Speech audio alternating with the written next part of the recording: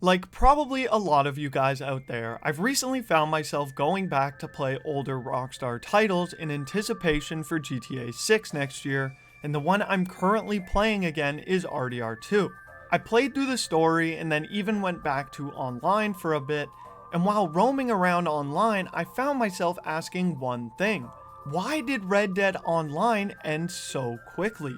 How is it that Rockstar could make such a thriving online mode lasting over 10 years with GTA 5 and not be able to do the same with Red Dead?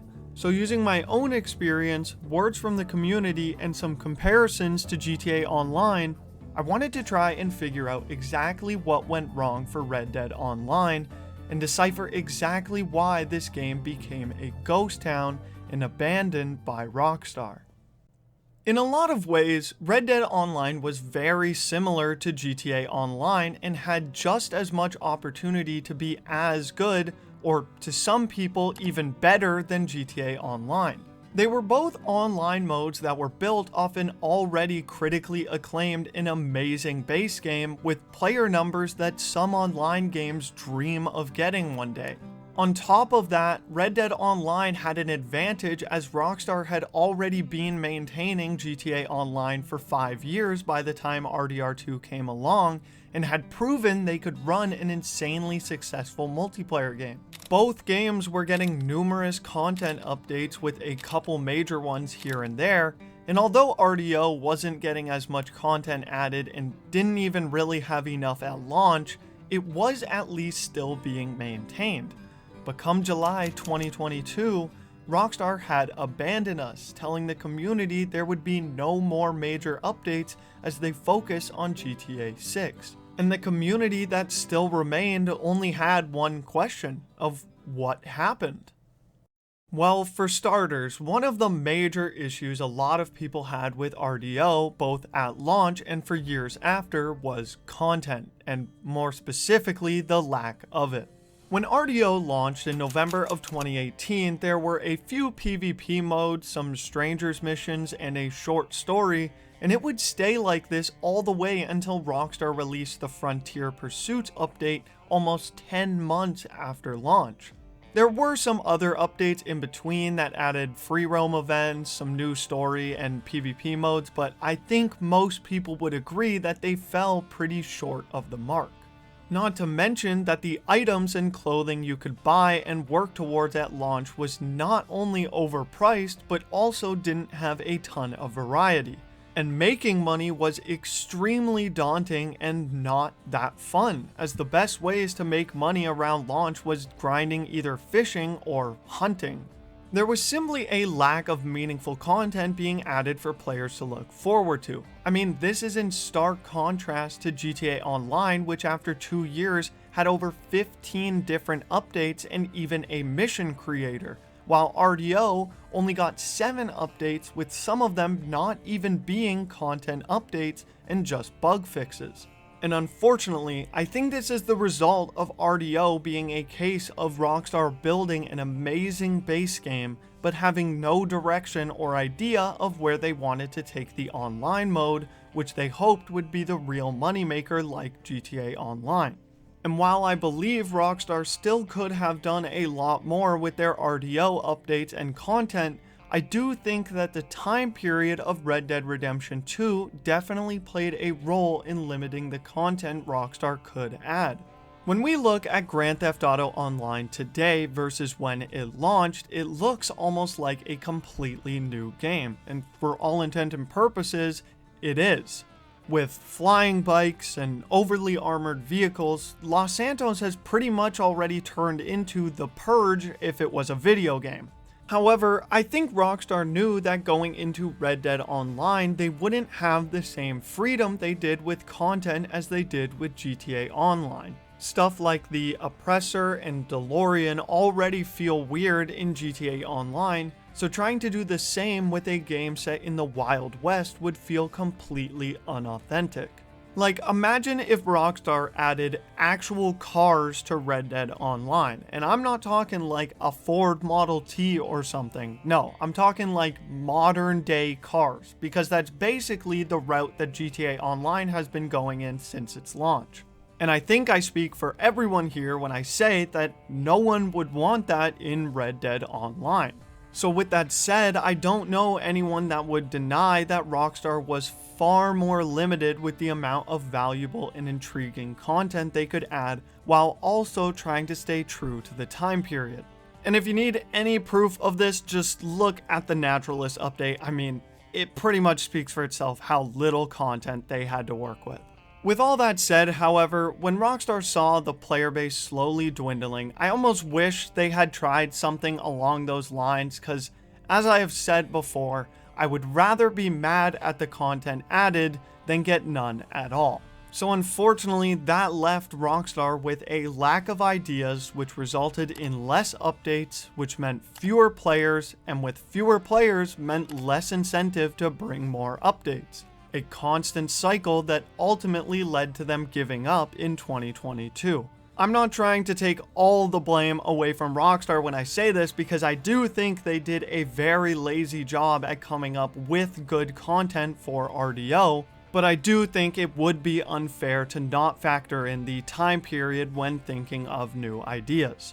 And while a lack of content both at launch and through updates definitely hindered Red Dead Online, if there is anything that you should be laying blame on other than Rockstar, it should be the other culprit of this video, GTA Online.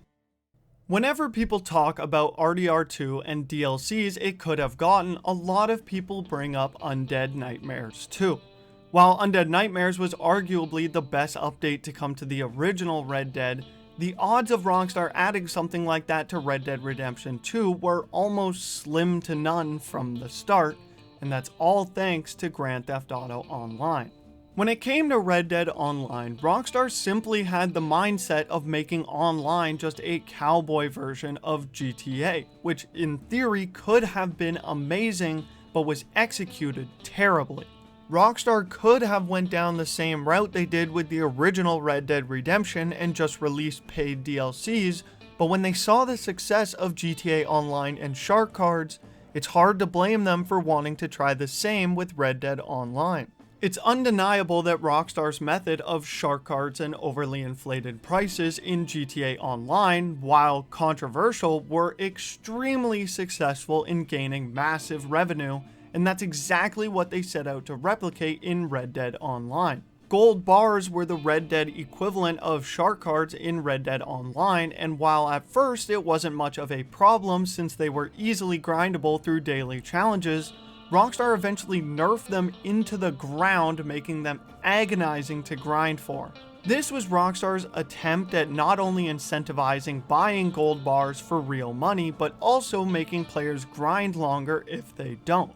This worked for Rockstar with GTA Online because honestly, there was a lot more variety of content you could both grind for money and spend your money on.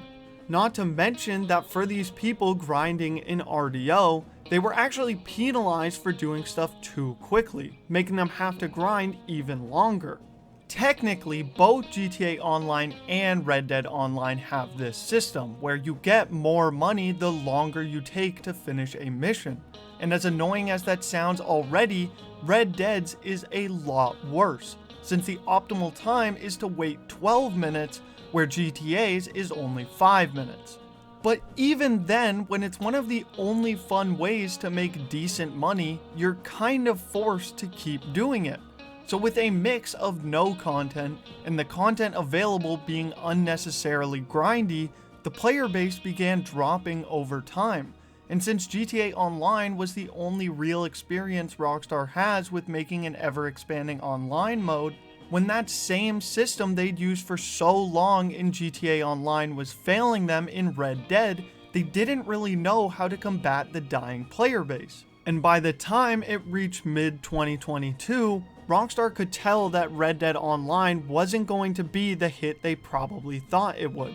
Shark cards were making Rockstar more money than they could imagine, and Red Dead Online's gold bars didn't even come close to the same effects. And with not nearly enough incentive for people to buy gold bars for anything meaningful, Rockstar eventually would just abandon trying altogether. I may sound like a complete nutjob saying this, but I think a big problem for Rockstar not making enough money has mainly to do with the psychology of the items worth buying. In GTA Online, people aren't buying shark cards to get rolls, weapons, or horses. They're buying them to get orbital cannons, submarines, flying bikes with rockets, supercars, all the stuff that mostly appeals to a modern day person.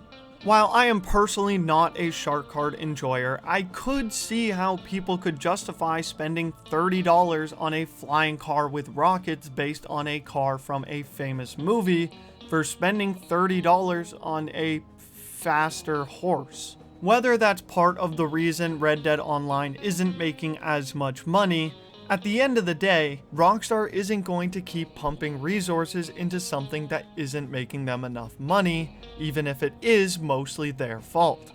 And to no fault of Red Dead Online, I think that leads right to the last point of just the fact that GTA Online can intrigue a way broader fan base than Red Dead.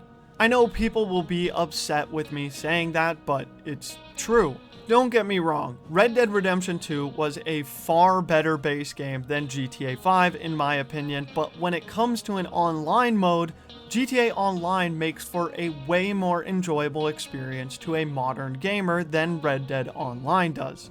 There's a reason sci-fi games and movies are some of the most popular out there right now, and that's because the future interests people way more right now than the past does. And the only evidence I need to be able to say this is the game sales.